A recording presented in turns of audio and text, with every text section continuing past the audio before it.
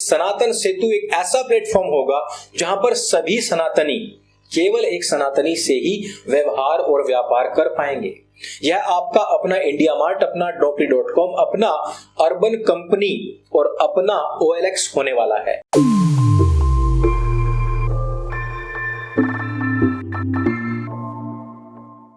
सोनम शुक्ला के दिमाग के अंदर सेक्युलरिज्म का बहुत भारी भरकम कीड़ा था। रमजान के दौरान उसके अंदर प्यार उमड़ा और वो अपने माशूक से मिलने के लिए जाती है। कुछ दिनों के बाद में जब वो घर नहीं लौटती तो उसके घर वाले FIR दर्ज करवाते हैं, लेकिन हमें नहीं पता था, उसके माँ बाप को भी नहीं पता था कि हमारी बेटी इतनी किस्मत वाली भी नहीं है। जिस मोमिन से वो प्यार करती थी, वो मोमिन जो 5 वक्त का नमाजी था, जो अपने घर के अंदर ही अपनी किताबे हवाई की आयत संख्या 9-5 और 5-33-31 को बांचा करता था, उसने इस लड़की का कत्ल करके उसको सूटकेस तक के लायक नहीं समझा, बोरी में भर दिया। इतनी हिम्मत ताकत कहां से आती है? उनको पता है कि उनका जो रिहाई मंच है वो उनको छुड़वा लेगा, क्योंकि उसके पास में कई 100 करोड़ रुपए का बजट है। और ये जो कई 100 करोड़ रुपए का बजट है, ये पैसा एक पंचर वाले के पास कैसे आया? ये आपने दिया है अपनी जेब से निकाल करके। जब आप किसी अब्दुल से सामान खरीदते हैं, वो उस पैसे को कलेक्ट करता है और आपके खिलाफ ही उसका इस्तेमाल भी करता है। खरगोन के हिंदुओं को कोटि कोटि नमन कि उन्होंने कुछ दुकानों की लिस्ट बनाई और कहा कि यहां पर बिल्कुल भी खरीदारी करने के लिए ना जाएं। वैसे मैं आपको बता दूं कि पूरे भारतवर्ष के प्लेटफॉर्म पर हम यह कार्य करने जा रहे हैं। हमारे सभी सनातनी भाई बंधु जो सत्य सनातन परिवार के लोग हैं, वो लोग जानते भी हैं कि सनातन सेतु एक ऐसा प्लेटफॉर्म होगा जहां पर सभी सनातनी केवल एक सनातनी से ही व्यवहार और व्यापार कर पाएंगे। यह आपका अपना इंडिया मार्ट, अपना naukri.com, अपना अर्बन कंपनी और अपना OLX होने वाला है। और इसके सेकंड फेज का निर्माण कार्य भी शुरू हो चुका है, क्योंकि आपने सनातन हाट पर हमको सहायता दी है। सनातन हाट से कुछ भी खरीद लीजिए, उसका सहायता राशि सनातन सेतु को पहुंचेगी। आज हिमंता विश्व शर्मा जी ने कहा कि UCC तो आके रहेगा, किसी की मां में दम नहीं, किसी के बाप में दम नहीं है। हमें भी इसी प्रकार के दम रखने वाले नेताओं का साथ देना चाहिए। जिस प्रकार से उत्तर प्रदेश के अंदर पहले मस्जिदों से, भोंपों में से एक ही आवाज आती थी कि नहीं है कोई भी अस्तित्व में सिवाय अल्लाह के, और कौन सा अल्लाह? जिसका जिक्र तो किताबे हवाई में है और जिसका अंतिम पैगंबर या कहिए कि संस्थापक मोहम्मद है। कोई भी नहीं है माबूद, ना आपका राम, ना आपका शिव, ना गणेश, ना पार्वती, ना कृष्ण, कोई भी नहीं। और भी जितने बचे हैं, दीगर जितने भी मजहब हैं, उनका भी कोई भी माबूद नहीं है, केवल और केवल उन्हीं का है। उन्हीं भोंपों से अब आवाज आ रही है कि कोई भी मोमीन सड़कों पर नमाज मत पढ़ना, वरना बुलडोजर चल सकता है। तशरीफ पीट करके पुलिस लाल बना सकती है। कोई भी व्यक्ति मस्जिदों के बाहर रोड पर, सड़क पर नमाज पढ़ता हुआ न दिख जाए। ये होता है जलवा, ये होती है ताकत, ये होती है हिम्मत कि जब ये देश सेक्युलर है तो किसी एक के लिए नहीं झुकेगा। अन्य सरकारों की तरह नहीं कि एक तरफ तो हनुमान चालीसा पढ़ने वाली महिला को पति समेत जेल में डाल दिया गया और दूसरी तरफ इफ्तारी के लिए खुद पुलिस वाले लगाए हुए हैं। ऐसा नहीं कि एक तरफ तो राम दरबार गिरवा दिया जाए, 300 साल पुराना मंदिर ढहलवा दिया जाए, लेकिन दूसरी तरफ मोमिनों की चाटने में पूरी फोर्स लगाई हुई है। खुद भी टोपी पहन करके बैठे हुए हैं और हिंदुओं को भी टोपी पहनाने में लगे हुए हैं। ऐसा नहीं कि दिल्ली के अंदर हनुमान मंदिर तो गिरवा दिया जाए, दिल्ली के अंदर हिंदुओं को तो मरवा दिया जाए और जब इफ्तारी की बात आए तो वहां पर तुरंत पहुंच जाए। अभी पता लगाना कि दिल्ली के अंदर आतंकवादी जो हैं वो आम आदमी पार्टी के ही नेता हैं और अब तो एक नेतानी भी फंस गई है। ये वही लोग हैं जो गुजरात में कहते हैं कि मराठी व्यक्ति को अध्यक्ष बना रखा है, और ये वही व्यक्ति है जो खुद हरियाणा की पैदाइश है, रहता उत्तर प्रदेश के कौशाम्बी में है, सीएम है दिल्ली का, सुपर सीएम है पंजाब का, और ज्ञान इसको बांटना है पूरी दुनिया का। ये वही लोग हैं दोस्तों जो भारतवर्ष को अक्षुण्ण बनाए रखने वाली ताकतों का हमेशा से विरोध करते हैं। ये वही बगदीदी है जो हिंदू को मरवाती है लेकिन सबकी इफ्तारी करवाती है। ये वही मोमिन है जो किसी के भी गले में भगवा देख करके उस पर हमला कर देते हैं। ये वही मोमिन है जो किसी सोनम गुप्ता हो या सोनम शुक्ला हो, नाम हिंदू होना चाहिए, जिसको सूटकेस से लेकर बोरी तक कहीं पर भी पैक करके फेंक देते हैं। और ये वही लोग हैं, ये वही मीडिया है जिस पर बिल्कुल भी नहीं बोलता है।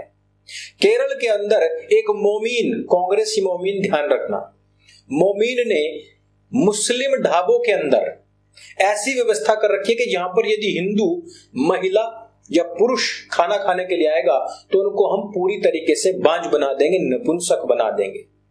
ये वो कौम जो खुद 40-40 बच्चे पैदा कर रही है, हिंदू जो बेचारा ले दे करके, मर करके, झींक करके, रो करके एक आध बच्चा पैदा करता है, उसके पीछे भी मोमिन लगे हुए हैं। क्योंकि उनको पता है एक आदमी पैदा हो गया तो वो भी कुछ ना कुछ कर जाएगा, हमारे बच्चे कहां जाएंगे फिर। इस वजह से उनको भी नपुंसकता की दवाइयां दी जा रही हैं। लेकिन ये जीभ के चटोरे हिंदू जाएंगे वहीं मुस्लिम ढाबों में ही हलाल का खाने के लिए और खुद का हलाला करवाने के लिए। लेकिन इनको शर्म नहीं आएगी फिर भी। बात पंजाब की होनी भी अत्यंत आवश्यक है। पन्नू ने कहा कि पटियाला में आपने कलेक्टर के घर के सामने झंडा फहराना है तो फहरा दिया, हिंदुओं का मंदिर तोड़ना है तो तोड़ दिया, हिंदू के देवी देवताओं को अपशब्द कहने हैं तो कह दिए, झगड़ा मचाना है मचा दिया, हिंदुओं पर हमला करना है तो कर दिया, वही 80s का दौरान वापस लेकर के आना है तो कर दिया, लाल किले पर हमला करना है, वहां पर तिरंगा उतार कर फेंकना और अपना निशान चढ़ाना है, चढ़ा दिया। लेकिन क्या हुआ, प्रधानमंत्री ने तो फिर भी पूरा का पूरा लाल किला ही गुरुओं के नाम कर दिया। आज भी डेलीगेशन से मिलने के लिए गया तो उसी वेशभूषा में गया। 1% हैं, उत्पात पूरा मचा रहे हैं, लेकिन प्रधानमंत्री फिर भी नतमस्तक है। कारण क्या है? क्या वोट बैंक कारण हो सकता है? बिल्कुल भी नहीं। वजह क्या है कि 25% के सामने नहीं झुकता, 5% घुसपैठिए भी हैं, उनके सामने भी नहीं झुकता, लेकिन 1% को नमन करता है। उसका कारण केवल और केवल यह है कि वो सनातन की शाखा है। जो लोग आज खुद को कह रहे हैं हम हिंदुओं से नहीं निकले, हम तो मंगल ग्रह से टपके थे, फिर भी क्या अपना इतिहास भूल गए होंगे यार, पाकिस्तान के प्रोपेगेंडा पर चल रहे होंगे यार, होंगे कुछ लोग, लेकिन फिर भी उनकी पग धारण करता है, जालीदार टोपी नहीं लगाता है, उनकी पंगत में बैठता है, प्रसादा लेता है, लेकिन कभी इफ्तारी नहीं देता है, ना इफ्तारी करवाता है।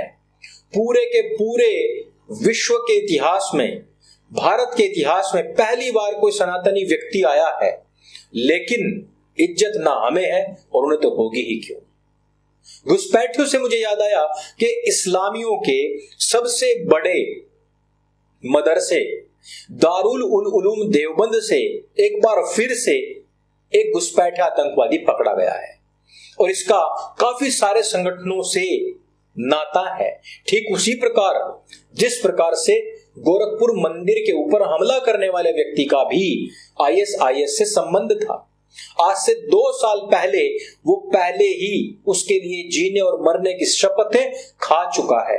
वो अपनी किताब पर हाथ रख करके कसम खा चुका है।